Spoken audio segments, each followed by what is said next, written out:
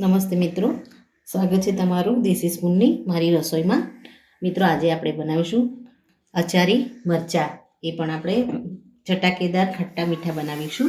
તો એના માટે મેં 200 ગ્રામ જેટલા મરચાં લીધા છે. મરચાંને આપણે ધોઈ અને ત્યારબાદ એના ડંઠલ કાઢી લેવાના છે અને એને આ રીતે હાફ કટ મૂકી અને મરચાંને આપણે સુધારી દઈશું. મિત્રો, આપણે મરચાંને આ રીતે 2 ભાગમાં કટ કરી લીધા છે. આ રીતે આપણે મરચાંને વઘાર માટે કડાઈમાં સરસ્યું એડ કરી અને ગરમ થવા દઈશું. મિત્રો, સરસિયાને આપણે થોડું ગરમ થવા દઈશું.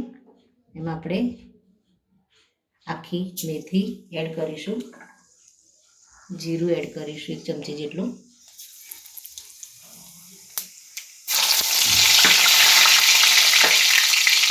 થોડા આપણે કચકચા વાટેલા ધાણા એડ કરીશું.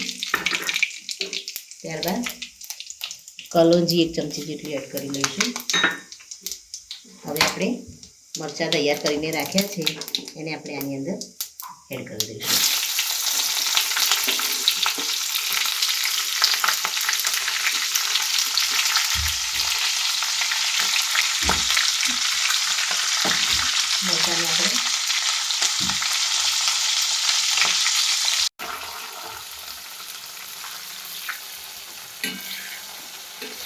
મરચાંને આપણે હાઈ ફ્લેમ ઉપર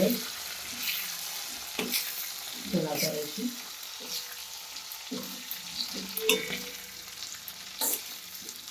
હવે આપણે મીઠું એડ કરી દઈશું.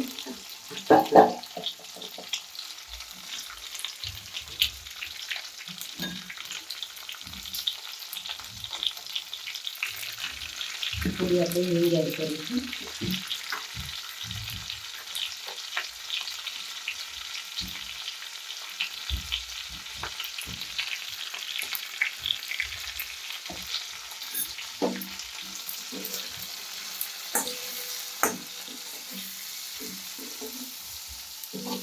મરચાં થોડા આપણા પાકી જાય ત્યારબાદ આપણે બીજા મસાલા એડ કરીશું.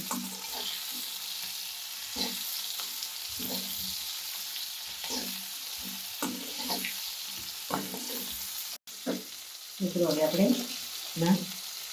હળદર એડ કરી દઈશું.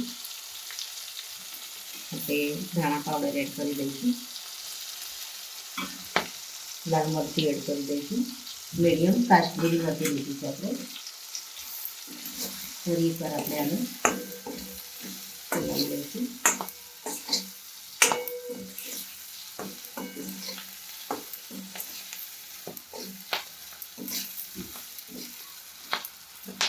હવે આપણે ગોળ એડ કરી દઈશું.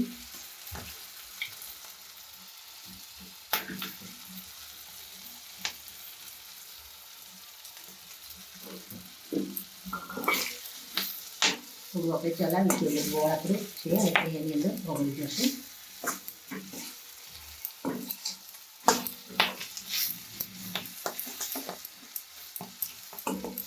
મિત્રો, આ મરચાંનો ટેસ્ટ એકદમ સરસ ખટ્ટો મીઠો અને તીખો એવો ચટાકેદાર ટેસ્ટ આવશે.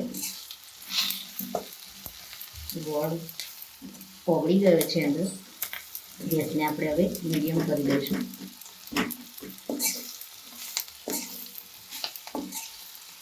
થોડું આપણે પાણી એડ કરીશું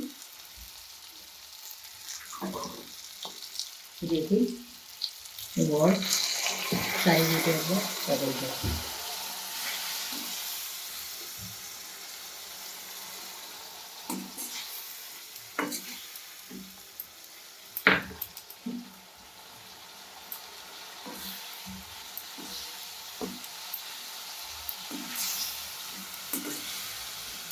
મિત્રો, મરચાં સરસ એવા થઈ ગયા છે. ગોળ પણ આ અંદર ઓગળી ગયો છે. હવે આપણે લાસ્ટમાં આમચૂર પાવડર એડ કરી દઈશું. 1 ચમચી જેટલો આપણે આમચૂર પાવડર લીધો છે.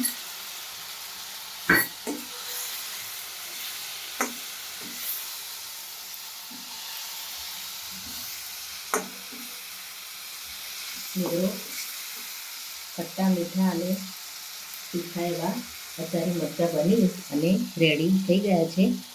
ગેસને આપણે બંધ કરી દઈશું અને આને આપણે સર્વ કરી દઈશું. મિત્રો, અચારી મરચાં બની અને રેડી થઈ ગયા છે.